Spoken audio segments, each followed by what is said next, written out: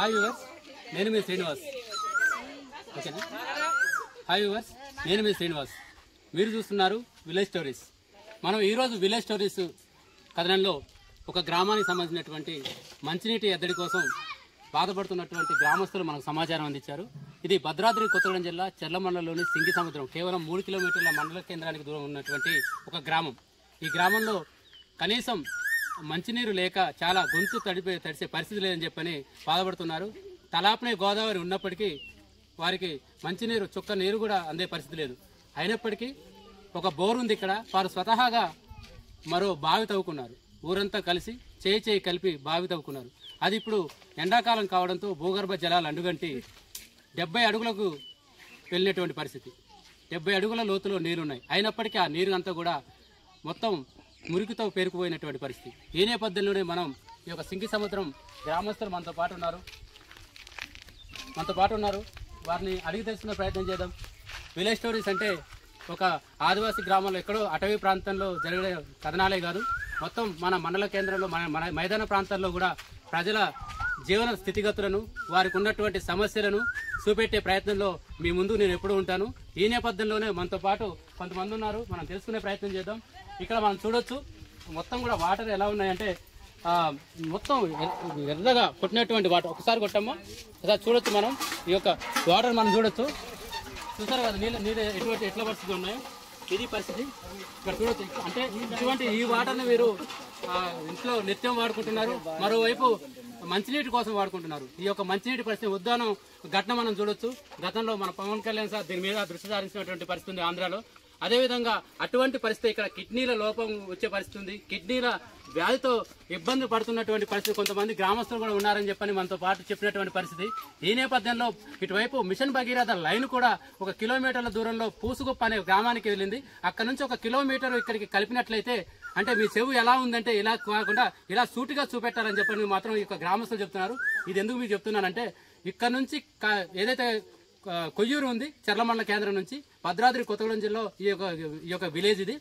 కొయ్యూరు ప్రాంతానికి అక్కడి నుంచి ఉప్పరిగూడెం నుంచి ఈ యొక్క సింగి సముద్రం అంటే ఇలా తిరిగి నేను ఇప్పుడు చెప్పినట్టుగా చెవు ఎలా ఉందంటే సూటిగా కాకుండా తిరిగి చూపెట్టినట్టుగా ఈ యొక్క అధికారుల ఈ యొక్క పర్యవేక్షణ కావచ్చు, ఇటువంటి లైను ఒక ప్లానింగ్ కావచ్చు, వారి యొక్క ప్లానింగ్ రివర్స్ అవడం వల్ల ఈ యొక్క గ్రామానికి కనీసం 4 ట్యాంకులు నిండాలి. ఒక 10 ఊర్లు ఉన్నటువంటి ఒక 4 ట్యాంకులు నిండి ఆ తర్వాత ఈ గ్రామానికి రావాలి. అటువంటి పరిస్థితి మాకు ఇబ్బంది ఉందని చెప్తున్నారు. ఈ యొక్క విలేజ్ స్టోరీలో ఈరోజు మనం వారి జీవన విధానాన్ని కావచ్చు, వారి యొక్క వ్యధన కావచ్చు, వారు ఎంతకాలం నుండి ఇక్కడ ఉన్నారో తెలుసుకునే ప్రయత్నం చేద్దాం.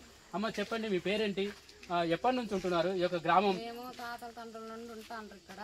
అయితే మాకు పెళ్ళయి 20 సంవత్సరాలు. 20 సంవత్సరాల నుండి కూడా ఇదే ఇబ్బంది నీళ్ళకి.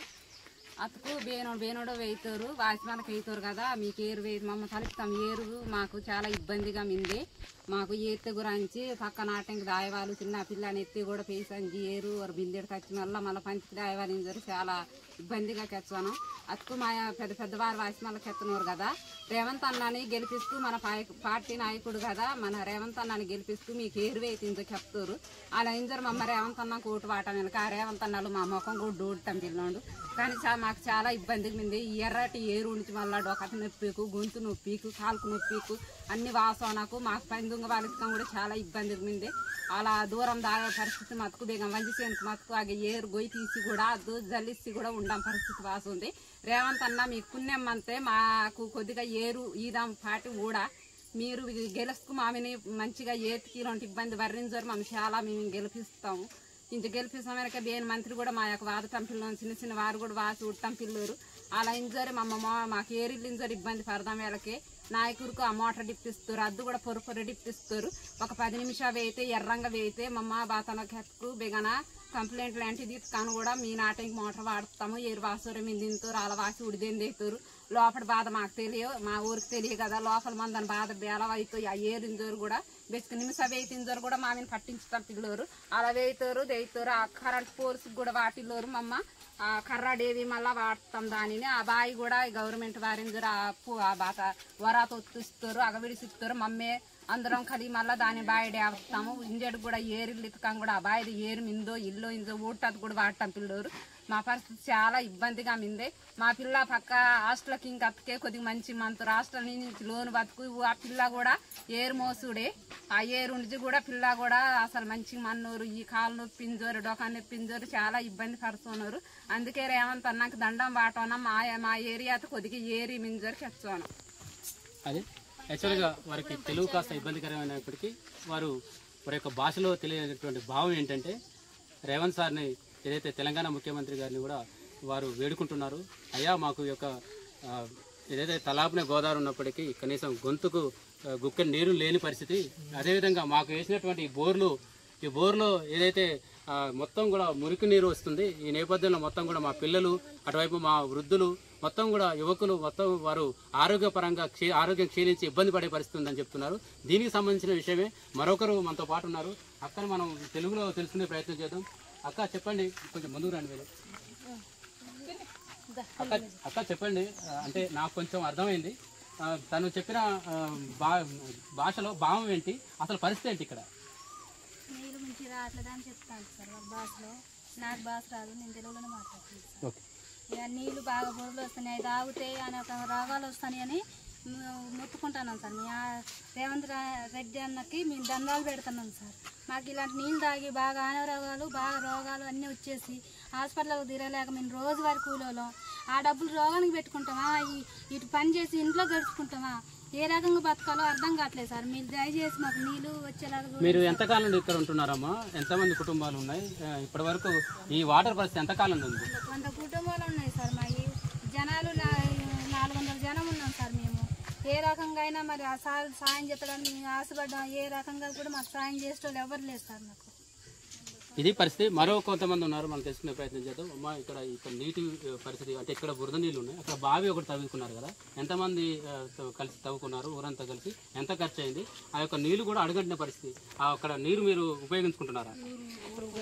సార్ ఊరు మొత్తం కలిసి మేము అందరం కలిసి ₹1 పెట్టుకొని వరలు కొనుక్కొచ్చుకొని అందరం కలిసి తవ్వుకొని పెట్టుకున్నాం సార్. మేము ఆ బావిలో కూడా నీళ్ళు బయటికి వస్తాయో రావో కూడా తెలియదు, మంచిగా ఉన్నాయో లేవు కూడా తెలియదు సార్. వాటిని వాడట్లేదు సార్. ఆ నీళ్ళు కోసం కూడా ఎంత అన్నా కానీ ఎవరు పట్టించుకోవట్లేదు సార్. మాకు అంటే ఊరికి ఇంకా ఏం చేస్తే బాగుంటుంది? నీటి గురించి కావచ్చు, కరెంటు గురించి కావచ్చు.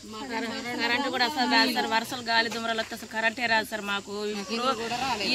ఇప్పుడు పిల్లలు హాస్టల్ నుండి వచ్చిన పిల్లలకైతే ఇబ్బందిగా ఉంటుంది సార్. మరి ఈ నీళ్ళు కూడా వాడటం వల్ల వాళ్ళకి దురదలు అన్నీ వచ్చేస్తున్నాయి సార్. కరెంటు లేకుండా వల్ల కూడా పిల్లలు కూడా ఇబ్బంది పడుతున్నారు సార్. పిల్లలు కూడా దోమలు పురుగులు అవన్నీ కూడా కరుస్తున్నాయి సార్. పిల్లలు కూడా మాకు ఇబ్బంది పడుతున్నారు సార్.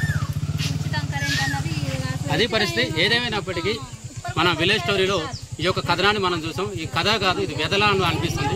వాస్తవంగా వారి యొక్క పరిస్థితి వాళ్ళు చెప్తున్నారు. మేము వందల మా తాత ముత్తాతల దగ్గర నుంచి కూడా ఇక్కడ జీవిస్తున్నాం. కానీ కనీసం ఈ ఇన్ని సంవత్సరాలు ఎన్ని ప్రభుత్వాలు వచ్చినా, ఎంతమంది పాలకులు వచ్చినప్పటికీ ఇక్కడ మా పరిస్థితి మాత్రం ఎక్కడ వేసిన గొంగలి అక్కడే ఉన్నట్టుగా ఉంది.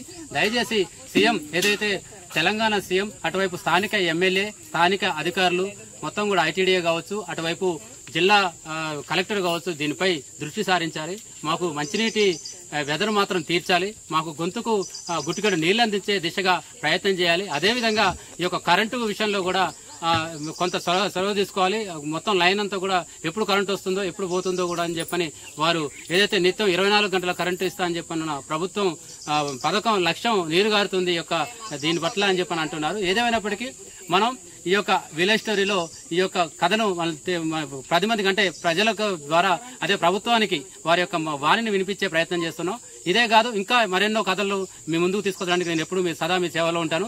అదేవిధంగా మీ ఊర్లో ఏవైనా వ్యధలున్నా, ఎటువంటి ఇబ్బందులున్నా, ఇటువంటి అక్కడ ఎటువంటి ఏదైనా కష్టాలు ఉన్నప్పటికీ ఏదున్నా సరే మీ ఊరి యొక్క కథను మా యొక్క విలేజ్ స్టోరీస్లో ప్లే చేయడం కోసం కానీ, ప్రజల ముందు తీసుకురావడం కోసం కానీ, ప్రభుత్వం ముందు తీసుకురావడం కోసం కానీ ప్రయత్నం చేయడానికి మేము ముందు ఎలవేళ్ళ ఉంటాం. అదేవిధంగా చూడదగినటువంటి ప్రాంతాలు మీ ప్రదేశంలో ఉన్నట్లయితే, అదేవిధంగా మీ ఊర్లో ఏదైనా పర్యాటక రంగంగా అభివృద్ధి చేయాల్సినటువంటి ప్రాంతాలు ఉన్నప్పటికీ వాటన్నింటిని కూడా మన బయోలో ఏదైతే డిస్క్రిప్షన్ లో ఒక వాట్సాప్ నెంబర్ ఉంటుంది, వాట్సాప్ గ్రూప్ లో మీరు చేరొచ్చు.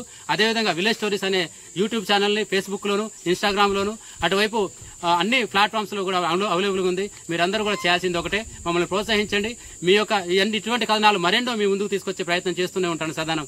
ఇది ఈ యొక్క విలేజ్ స్టోరీలో ఉన్నటువంటి ఈ రోజు కథనంలో సింగి సముద్రం కథ ఉన్నటువంటి నీటి ఎద్దడి కథ సారాంశం.